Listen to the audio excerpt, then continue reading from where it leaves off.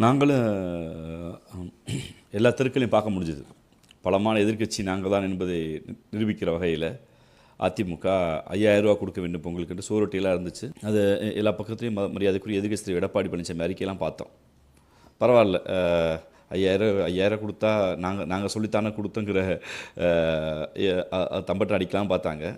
மரியாதைக்குரிய மாண்பு தமிழ்நாட்டு முதலமைச்சர் அவர்கள் இதுவரை தமிழ்நாட்டில் இல்லாதளவிற்கு இந்த மரியாதைக்குரிய ராமசுப்ரமணியம் அவர் சொன்னது போல் கொரோனா பேரிடர் காலத்தில் ஒரு குடும்பத்திற்கு மாதம் 4000 ரூபாய் கொடுக்க வேண்டும் என்கிற கோரிக்கையை அன்று எதிர்க்கட்சி தலைவராக இருந்தபோது இன்றைய முதலமைச்சர் எங்கள் தலைவர்கள் கோரிக்கை வைத்தார்கள். பொங்கலோடு சேர்த்து 2500 ரூபா அன்றைய அதிமுக அரசு கொடுத்தது.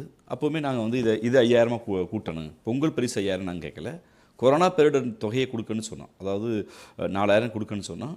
2 கட்டமாக 2000 கொடுத்தாங்க. அதெல்லாம் விட்டுருவோம், நான் அந்த அரசியலுக்கு போகல. எங்களை பொறுத்தளவில் இது ஆதரவு திரட்டுகிற அலையா இல்லை விமர்சனை மட்டுப்படுத்துவதற்கு மக்கள் நலனில் இது அக்கறையா அப்படிங்கிற கேள்வி. தை திருநாள் என்பது தமிழர் திருநாள். எஸ் தை திருநாள் என்பது தமிழர் திருநாள் என்று நாம் எப்போதுமே மெய்சிலுத்துக் கொள்வோம். திராவிட பொங்கல் என்று அறிவித்து பெரும் மரியாதைக்குரிய எங்களுடைய முதலமைச்சர் அவர்கள் இங்கு இருக்கிற தேவாலயங்களிலும் பள்ளிவாசல்களும் கோயில்களிலும் வீடுகளிலும் வீதிகளிலும் ஊர் சமத்துவரங்களிலும் தமிழர்கள் ஒட்டுமொத்தமாய் சாதியை மறந்து மதத்தை மறந்து ஏன் மொழிகளையும் மறந்து இனமாய் திரண்டு தீட்டு பார்க்காமல் கொண்டாடப்படுகிற ஒரே பண்டிகை பொங்கல் தான்.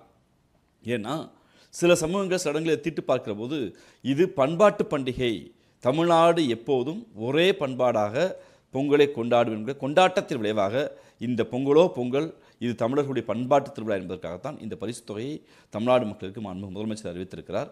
இது மக்கள் வரவேற்கிறது மட்டுமல்ல, ஒட்டுமொத்த எங்களை விமர்சனம் செய்கிறவர்கள் கூட இதை ஏற்றுக்கொள்கிற நிலையில் தான் இருக்கிறார்கள். இது பொங்கலுக்கான பண்டிகையை தாண்டி தமிழர்கள் நாங்கள் ஒற்றுமையாக இருக்கிறோம். கடவுளின் பெயரில் சாதியின் பெயரில் மதத்தின் பெயரில் பிரிக்க முடியாது. 3 ஆண்டுகள்ல 1000 மட்டும் தான் கொடுக்கப்பட்டது. இப்ப திடீர்னு 3000 இது தேர்தலுக்காகவா அப்படிங்கிற கேள்வி வருது இல்ல?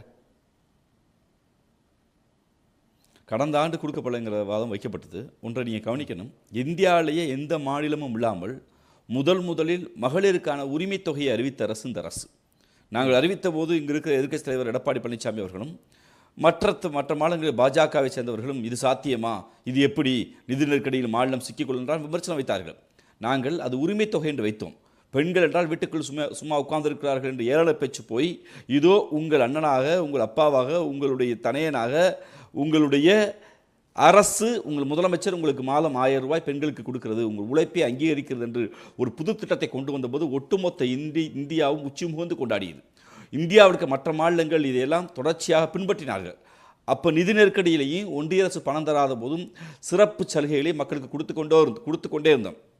அந்த நேரத்தில் இதை கொடுங்கள் என்று சொன்னபோது சேர்த்து கொடுக்கிறோம் என்ற உறுதியையும் முதலமைச்சர் கொடுத்திருக்கிறார்கள். இந்த முறை சேர்த்து கொடுத்திருக்கிறார். 3000 என்பது இதுவரைக்கும் எந்த அரசும் செய்யாத, யாரும் பண்டிகை காலத்துக்கு கொடுக்காத மிகப்பெரிய உதவி. நாங்கள் ஒன்றும் தேர்தல் அறிவிச்சிட்டு அக்கௌண்ட்டில் 10,000 போட்டோம் பாருங்கன்னு புதுமையெல்லாம் கொடுக்கல. ஆண்டாண்டு காலமாய் இந்த அரசு செய்கிற உதவியை இப்போது கொஞ்சம் கூட்டி செய்திருக்கிறார் மாண்பு முதலமைச்சர் அவர்கள். அவ்வளவுதான்.